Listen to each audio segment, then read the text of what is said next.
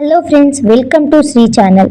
ఇప్పటి వరకు మన ఛానల్ని సబ్స్క్రైబ్ చేయకపోయినట్లయితే తప్పకుండా సబ్స్క్రైబ్ చేసి లైక్ చేసి కమెంట్ చేయండి. మనం చదువుకుంటున్నటువంటి అయోధ్య చేరిన కృష్ణ నవలలో ఇది 7వ భాగం, కొత్త ప్రపంచం. సమయం ఉదయం 10:30. శివ, కృష్ణ లారీ ప్రయాణం మొదలై 14 గంటలు దాటింది. మనిషి మౌనంగా ఉన్నప్పుడే మెదడు ఆలోచనల యుద్ధం మొదలు పెడుతుంది. కృష్ణ ఆలోచనలు చాలా దూరం వెళ్తున్నాయి. ఎక్కడ ఐఐటి క్యాంపస్, ఎక్కడ హైదరాబాద్ ఐటీ జాబు, ఎక్కడ ఛత్తీస్గఢ్ బార్డర్లో లారీ నడపడం.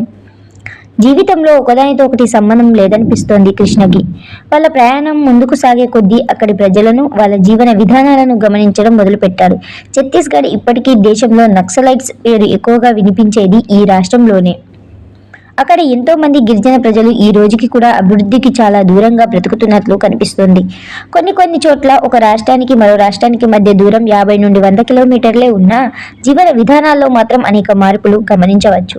కళ్ళ ముందు ప్రతిక్షణం ఒక కొత్త ప్రపంచం కనిపించేది ఒక ప్రయాణంలోనే. అలాంటి ప్రయాణాల్లో సైతం చాలా మంది ఫోన్లకు అంకితమైపోయి చుట్టూ ఉన్న ప్రపంచాన్ని మర్చిపోతుంటారు. కానీ కృష్ణ లాంటి కొందరు మాత్రమే కొన్ని వందల కిలోమీటర్లు ప్రయాణం చేసినా ఆస్వాదించడం అలవాటు చేసుకుంటారు. సాయంత్రం 5:30 గంటల నుండి 6:30 మధ్యలో సూర్యుడు అస్తమిస్తుంటే ఒక అరుదైన కాంతి రూపం విస్తరిస్తుంది. రైలు కిటికీ అద్దంలో నుండి చూస్తుంటే దూరంగా కొండలు వెనక్కి కదులుతుంటాయి.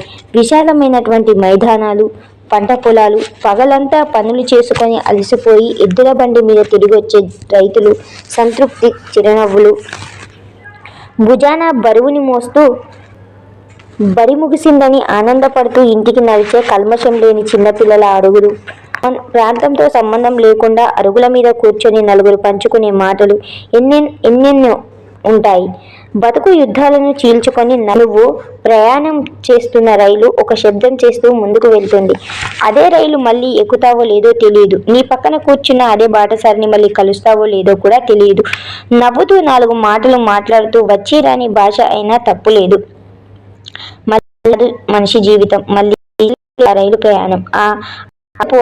అజ్ఞానపు రీల్స్ కి దూరంగా ఉండు. అరే కృష్ణ, వెనక సైడు నుండి ఏదో శబ్దం వస్తుంది. ఏదైనా మెకానిక్ షాప్ దగ్గర ఆపు, ఫోన్ చూసుకుంటూ చెప్పాడు శివ. కృష్ణ కూడా అది గమనించి హైవేలో ఒక మెకానిక్ షాప్ దగ్గర లారీని ఆపాడు. ఇద్దరు దిగి అటు ఇటు చూస్తుండగా ఒక కుర్రాడు వచ్చి క్యా హువా అని అడిగాడు. పీచేసే శబ్ద్ ఆ రహా హే, వచ్చి రాని హిందీలో చెప్పాడు శివ. వాడు బాగా గమనించి 1 గంటే లగేగా, 1 గంట పడుతుందన్నాడు. చేసేదేమీ లేక శివ, కృష్ణ పక్కనే ఉన్న డాబా దగ్గరికి వెళ్లారు. పిడుగులు పడి సునామీ వచ్చి ప్రపంచం కొట్టుకుపోతున్న కృష్ణ ఉదయాన్నే స్నానం చేసి తీరాల్సిందే. ఎక్కడా అని ఆరా తీస్తే లారీలన్నీ ఆపి హైవే పక్కనే ఒక బోరింగ్ కింద డ్రైవర్లు స్నానం చేస్తున్నారు. శివ కృష్ణ వైపు చూశాడు. మనసున్న వాళ్ళు రోజు స్నానం చేయాల్సిన అవసరం లేదని చెప్పి శివ వెళ్ళిపోయాడు. కృష్ణ తప్పదన్నట్లు ముందుకు కదిలి అక్కడ స్నానం చేస్తున్న వాళ్ళ వైపు చూస్తూ నిలబడ్డాడు. ఏం బాబు తెలుగా? స్నానం చేస్తున్న ఒక డ్రైవర్ అడిగాడు. హా అంటూ తల ఊపాడు కృష్ణ. సిగ్గుపడకు బాబు, 4 చెంబులు నీళ్లు పోసుకొని పరమేశ్వర్కి దండం పెట్టుకో, ప్రయాణం ప్రశాంతంగా సాగిపోతుంది. ఇంకెన్ని కిలోమీటర్లైనా క్షేమంగా నడుపుకుంటూ వెళ్ళిపోతావు. కృష్ణను ఉత్తేజపరిచాడతడు. కృష్ణ అసంతృప్తితోనే ముందుకు కదిలాడు. చుట్టూ చూశాడు. 2-3 ఫ్యామిలీస్ కార్లు ఆపి టీ తాగుతున్నారు. వేరే మార్గం లేదని చొక్కా విప్పాడు. ఇన్నాళ్ళు జిమ్ చేసి ఎక్కడ బాడీ ఉందని ఓవర్ బిల్డప్ ఇవ్వకుండా పెంచిన బాడీని ఈరోజు నడి రోడ్డు మీద ప్రపంచానికి చూపించాననుకుంటూ స్నానం మొదలుపెట్టాడు. అదొక అనుభవం. కష్టపడి పనిచేసే డ్రైవర్ల జీవితం. కొందరు వారాలు, మరికొందరు నెలలు సుదీర్ఘంగా లారీ నడుపుకుంటూ రాష్ట్రాలు తిరుగుతుంటారు. ఎక్కడ పడితే అక్కడ తిండి, సరైన నిద్ర ఉండదు. కునుకు వస్తే బ్రతుకులు తలకిందులు అవుతాయి. అయినా తప్పదు. ఏం జరిగినా ముందుకు నడవాల్సిందే, బండిని ముందుకు నడపాల్సిందే. అన్ని వృత్తిలో భాగమే, వైభోగమే. ఆస్వాదించాలి అంతే.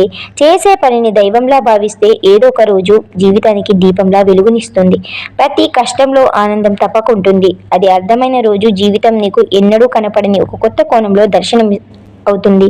కొంత విరామం తర్వాత మళ్ళీ ప్రయాణం మొదలైంది. కృష్ణకు అప్పటి వరకు భారంగా అనిపించిన ప్రయాణం ఎంతో ప్రశాంతంగా మారిపోయింది. కొన్నిసార్లు కొంత విశ్రాంతి కొండంత మనశ్శాంతిని ఇస్తుంది. స్పీకర్లో ప్రేమ పాటలు వినిపిస్తూ ఉన్నాయి. కృష్ణ వాటికి దీర్ఘాలు తీస్తూ, ఒరే శివ, నువ్వెప్పుడు చేసుకుంటావురా పెళ్ళి? నిన్ను ఇంత దగ్గరగా చూస్తూ కూడా పెళ్ళి అనే ఆలోచన నాకు ఎందుకు వస్తుంది బావా? అలా కాదురా పిచ్చోడా, ఎన్నాళ్ళని ఇలా ఒంటరిగా తిరుగుతావు? నువ్వు ఉన్నావు కదా నవ్వుతూ అన్నాడు శివ. ఫ్రెండ్షిప్ రిలేషన్షిప్ రెండు వేరేరా. ఏదో ఒక రోజు కోపం వచ్చి నీకొక దండం, నీ దోస్తీకో దండం రా దూత అని చెప్పి వెళ్ళిపోతావు. అప్పుడు అనిపిస్తుంది జీవితంలో నేను ఉండేవాడినని. ఆ రోజు కూడా నన్నే తిట్టుకుంటావు. ఫ్రెండ్ అని వాడి చుట్టూ తిరిగా వాడేమో పెళ్లి పిల్లలని సంతోషంగా ఉన్నాడు, నేనే ఇలా మిగిలిపోయానని బాధపడతావు. నేనంత బాధేమి పడనులే మామ, ప్రశాంతంగా సందేశంలో కలిసిపోతా. భగవద్గీతలో శ్రీకృష్ణుడు చెప్పినట్లు బంధాల నుండి విముక్తి పొందుతా. ఆ మాటలు విని శివ వైపు ఆశ్చర్యంగా చూశాడు కృష్ణ. అయినా నీకు ఇంత జ్ఞానం ఎక్కడి నుండి వచ్చిందిరా? ఈ మధ్య ఇన్స్టాగ్రామ్లో బూతు బొమ్మలను దాటుకొని నీటి వ్యాఖ్యలు కూడా వైరల్ అవుతున్నాయిలే. బాబు శివ, నువ్వు అనుకున్నంత ఈజీ కాదులే సన్యాసంలో కలిసిపోవడం. అందరూ భ్రమపడ్డట్టు సన్యాసం అంటే అందరినీ వదిలిపెట్టడం కాదు, నీలో ఉన్న ఎన్నింటినో వదిలివేయడం. ఎవరో చెప్పిన 4 మాటలు విని ఈ మధ్య చాలా మంది సన్యాసం, మోక్షం, వైరాగ్యం అనే పెద్ద పెద్ద మాటలు మాట్లాడుతున్నారు. నిజ జీవితంలో పెళ్లి పిల్లలు లేకుండా బ్రతకడం అంత సులభం కాదు.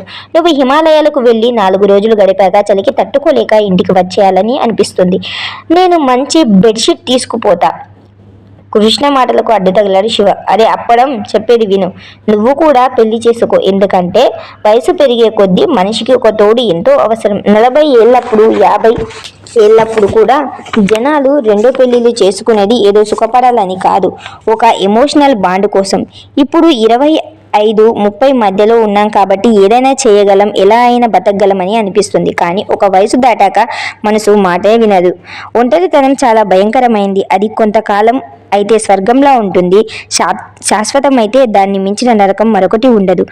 కృష్ణ శ్రీకృష్ణుడిలా తనకు తెలిసిన జీవిత తాత్పర్యం చెప్పాడు. అరే, నీ వయసుకి నువ్వు మాట్లాడే మాటలకు ఏమైనా సంబంధం ఉందా? ఏదో జీవితం అంతా అనుభవించిన 60 ఏళ్ల ముసలాడు మాట్లాడినట్లు మాట్లాడుతున్నావు. అన్నీ మనమే అనుభవించాల్సిన అవసరం లేదురా చిన్న. అనుభవించే వారి స్థానంలో ఉండి ఆలోచించిన ఆ బాధ మనకు అర్థమవుతుంది. ఇంకెంత చెప్పినా తర్వాత కూడా నువ్వు మారనంటే ఇంక నీ కర్మ. చివరి మాటగా చెప్పాడు కృష్ణ. నువ్వు ఎన్ని చేసినా ఇవే నమ్మను. ఎప్పుడో ఒక పెద్దాయన చెప్పాత్మని.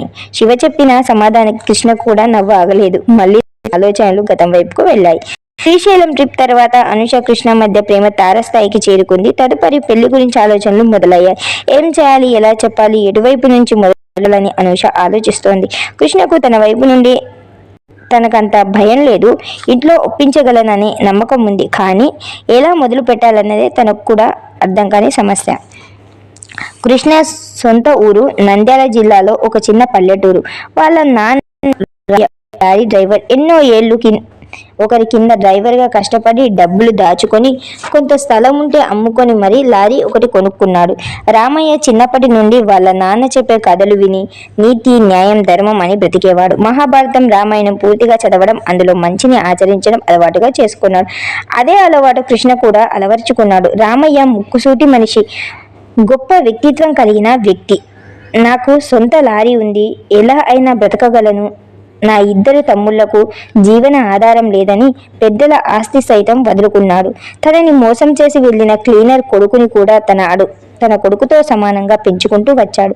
అంతటి గొప్ప వ్యక్తి భార్య లక్ష్మీదేవి. ఈ రోజుల్లో దాన ధర్మాలు చేసే భర్తలు ఉంటే భార్యలు ఎప్పుడో వదిలి వెళ్ళిపోతారు. కానీ లక్ష్మీదేవి పేరుతో పాటు నిజమైన దేవత. ఒకానొకప్పుడు కటిక దారిద్ర్యంలో ఉన్నప్పుడు లక్ష్మీదేవి చిరునవ్వే మన కుటుంబానికి సిరి సంపదని కృష్ణ చెబుతూ ఉండేవాడు.